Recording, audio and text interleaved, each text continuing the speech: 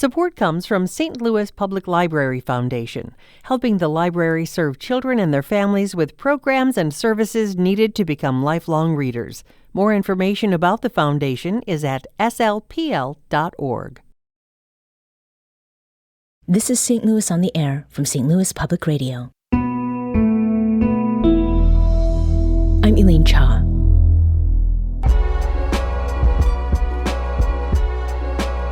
In summer 2022, Dwayne Tiggs and Rikki Watts began work on a dream they'd sketched onto paper, a 420-square-foot tiny house and urban farm in the Benton Park West neighborhood of St. Louis.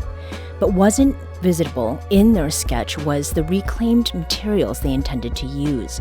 And equally important was the community Rikki and Tiggs wanted to build by sharing hard skills with volunteers they'd invite to help construct the house and the farm. We followed that journey over the last 2 years, and last weekend, the tiny house in Benton Park West was finally revealed in full. Producer Maya Norfleet spoke with Dwayne Tiggs, the architect and craftsman behind the tiny house, about creating a home on what was once an empty plot of land. How do you feel just seeing your community come out and celebrate the ribbon cutting of the tiny house you've been building?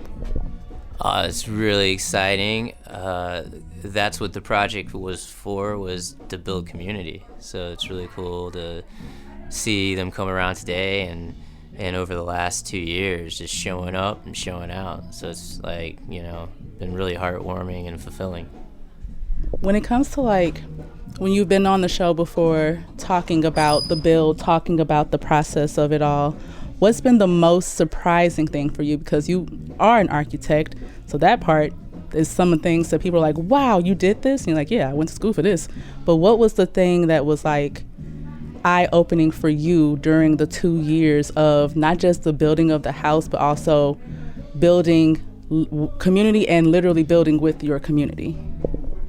I would say that Rikki made the comment that the people that we want to have around us in our life, they'll come around this project, and that's what has happened. Some really amazing, meaningful experiences have given way to really, fulfilling relationships in this project, and built really a strong foundation for, a really amazing community. Tell me some of those stories of folks that you've met in this 2 years of building the tiny house that you're like, wow, they learned so much, and now I have a person that I can rely on, XYZ. Yeah, just about everybody that comes through has a different need of the project, as it were, and being able to adapt to that and in a way that when they walk away, there's a feeling of accomplishment. Has been really cool. Everything from showing, a young kid how to use a power drill and then watch them construct an entire project, to even, individuals that are elderly who've come through who maybe can't get around as much as others, but, you can show them how to tape and mud a wall, and they're like, whoa, it's that easy, or oh wow, man, there takes some technique to this, and they walk away with aspirations to have practice behind and gain a skill and technique. So it's really cool, each individual walking away with a little piece of something. And sometimes it's not the physical implementation of the project. Sometimes it's just oh wow, I can use this material for this purpose, or whoa, I didn't know that this supply line existed, so really in the essence, bringing about an awareness to the individual's environment and what they can accomplish in it has been really, really amazing. You've done a lot of workshops throughout the 2 years in building this and hands-on learning for community members. But what's the biggest lesson or takeaway that you want everyone to walk away with when they drive past your new tiny house or when they learn about your story? What's the main thing you want people to understand about what it takes to do something like this? The biggest one is, you can't do it on your own. it's taken many people, a lot of just faith and really positive support. Couldn't have done it by myself. What's the closest source of materials that you've gotten? And what was it? And then the furthest that you can recall as far as like, I got this and it's like the furthest point away. Does that make sense? Yeah, the closest materials would be literally the foundation stones from the old house that were there that we've utilized in everything from gardens to, reinforcing structures of the building itself. The furthest thing on the house right now would probably be it's between two. One is the handcrafted stained glass. One of the things we really focused on was trying to get local artists to put in, their talent, share their skill set with other members of the community. And so Rikki's old friend in Buffalo, New York, made the stained glass for the front door. The second would be a set of lanterns from Mexico that we found from a street vendor on the side of the road. So we were going to modify those and integrate those into the design. The ribbon cutting is today. We're celebrating that, but the project itself isn't done. What does that mean? Oh man, well, it's the bones are there. The infancy of the project, it was really hard for people to conceptualize it, so it's like with a field of dreams. If you build it, they'll come. And so as we progressed, we saw the support, kind of grow. So moving forward, it's just given us steam and energy to continue on the next few phases of the project, which are two small A-frame structures, which we will base studios around, and a cargo container studio.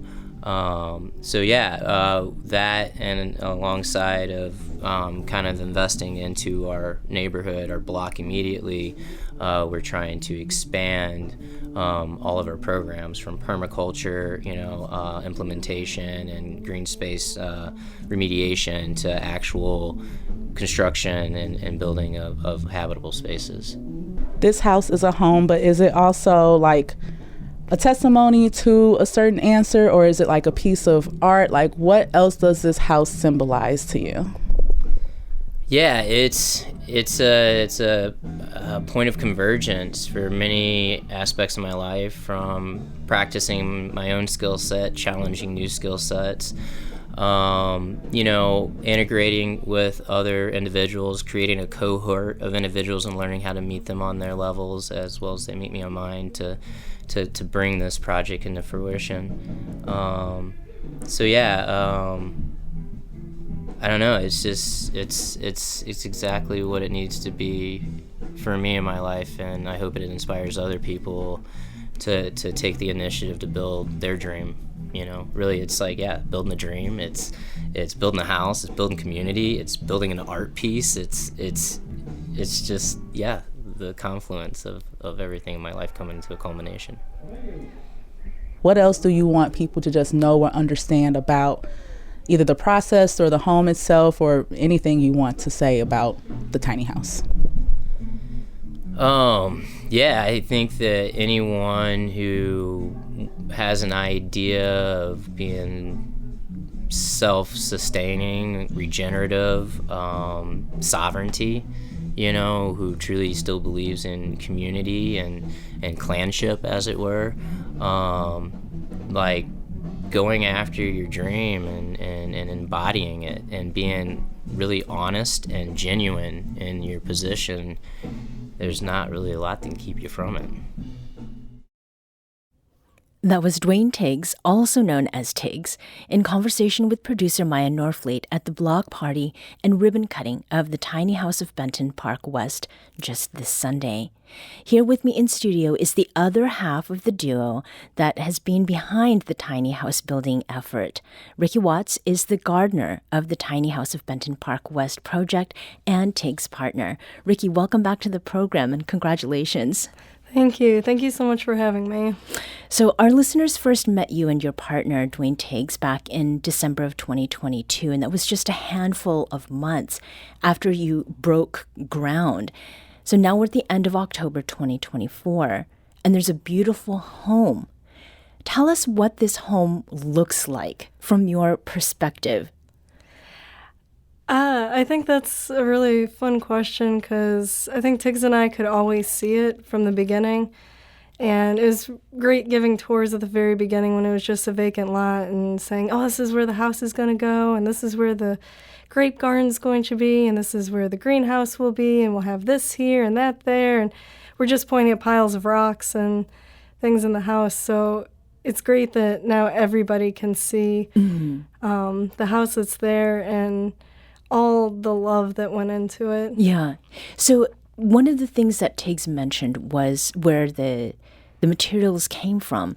Tell us about the stained glass on the door. I have a great friend in Buffalo, Chelsea Black, and she's has a framing studio, so she does custom framing, and she also makes beautiful stained glass pieces.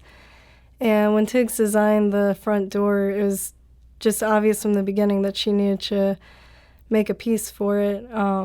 And she was sending me catalogs of different glasses and asked me to pick things out. And it's like, well, do you have any scraps? Because that's more in line with the spirit of the project. And so she was able to pull together some of her scrap pieces to make a piece that reflects everything else that we're trying to do.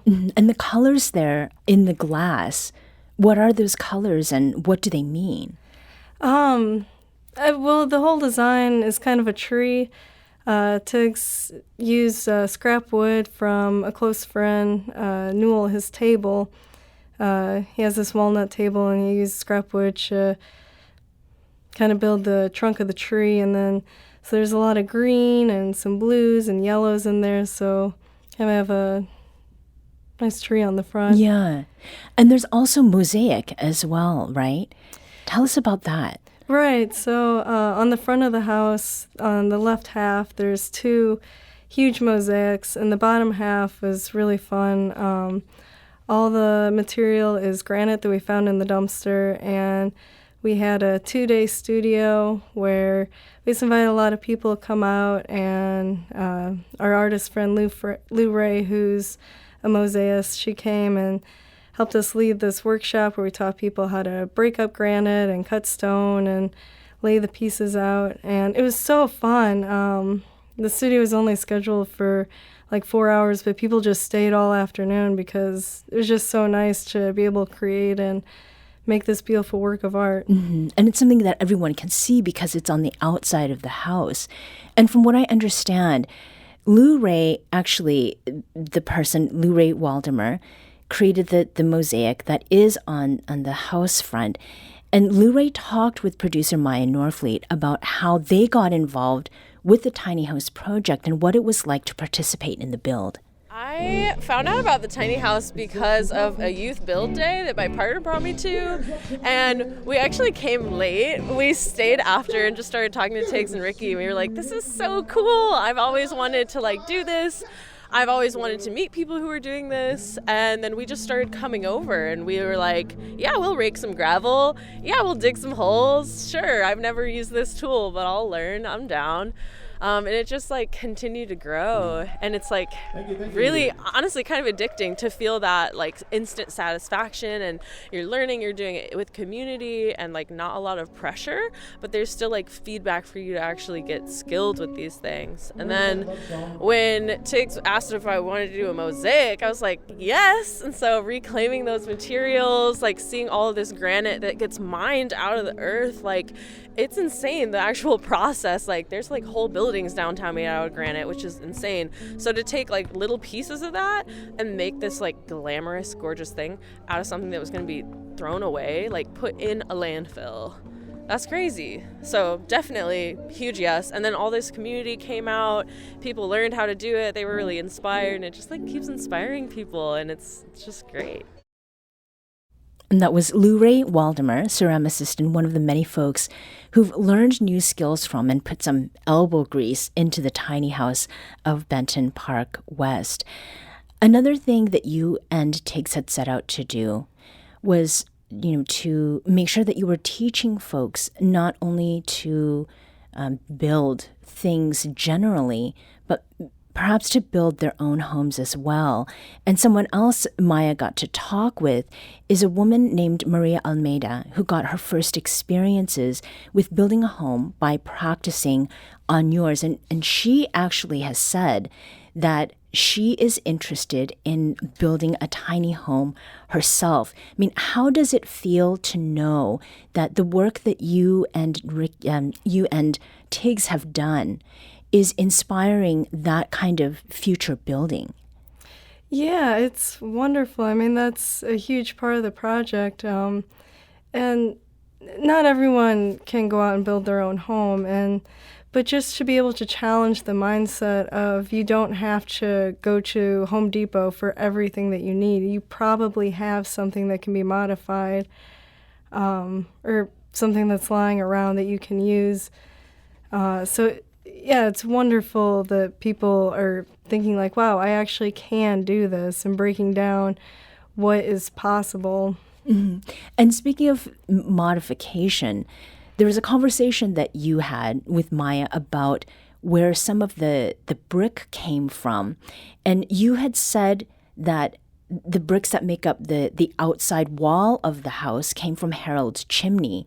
Maya thought you were talking about a bar or a tavern. What is Harold's chimney, though? Harold's chimney. Harold is a wonderful neighbor. He lives close by. He built the stage that we had at the block party that Brother Francis and the Soultones played on. And last summer, he took down his chimney. And so he had a big pile of bricks and let us take those over, and we cut them in half. So the whole south face of the house is Harold's chimney. Mm-hmm. And is that how you obtained a lot of the materials? Yeah, a lot of materials came about that way. Like, I had in my mind, I really wanted these specific doors for the back door and then the balcony door with like a lot of glass to let light in. And then one day the neighbor was walking down the alley with the exact doors that I wanted. He was taking them out to the dumpster. Oh. He was replacing them in one of his rental properties. And so Tiggs flagged them down and grabbed them, and those are in the house. So it's a lot of one-offs like that. Or we had a friend who was driving by university campus and saw a bunch of desks in the dumpster, mm-hmm. and called us up. And so we were able to go down there and grab the desks and use those to make the flooring in the loft. Yeah. So there will be, you're not living in the home yet, but you will be soon. And you have 2 kids. Mm-hmm. Could you have imagined when you were their age that you'd be living in a house that was built this way? I love thinking about what it's like for the kids to be building their own house, because they've been so involved with every part of the process. And yeah, I can't imagine how cool that would be to be in a house that you built with your friends and people around you. Yeah. I mean, you and Tiggs were thinking about the community you're living, Benton Park West. How do you think that this project, which, as Tiggs said, is ongoing, the garden is going to develop as well, how do you think that this has added something to the neighborhood that maybe was there and needed a little more encouragement, or maybe brought something new to the area you're living in? I just think it's such a positive thing for neighborhoods to have people who are outside and active and doing positive things. And that's really just what we try to do, is just, we're always outside and we're always having people over, inviting friends and neighbors over to share a meal or work on a project. And it's just beautiful to see people come together, and people walking their dogs or walking by will stop and ask what's going on. We can tell them, and mm-hmm. It's just good to bring people together. Right. Rikki Watts, thank you so much for talking with us today, and congrats on the completion of your and your partner Tiggs's Benton Park West tiny house. Thank you so much.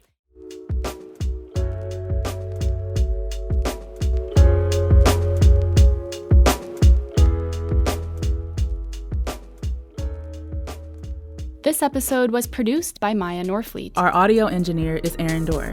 This podcast was mixed and edited by Aaron. Our executive producer is Alex Hoyer. St. Louis on the Air is a production of St. Louis Public Radio. Understanding starts here. Do you find yourself regularly listening to episodes of St. Louis on the Air? Suggest us to a friend you think might enjoy our conversations, and leave us a review and rating on Apple Podcasts on the App Store. It's the simplest way to help people discover our show. Thank you. St. Louis Public Radio is a member-supported service of the University of Missouri St. Louis.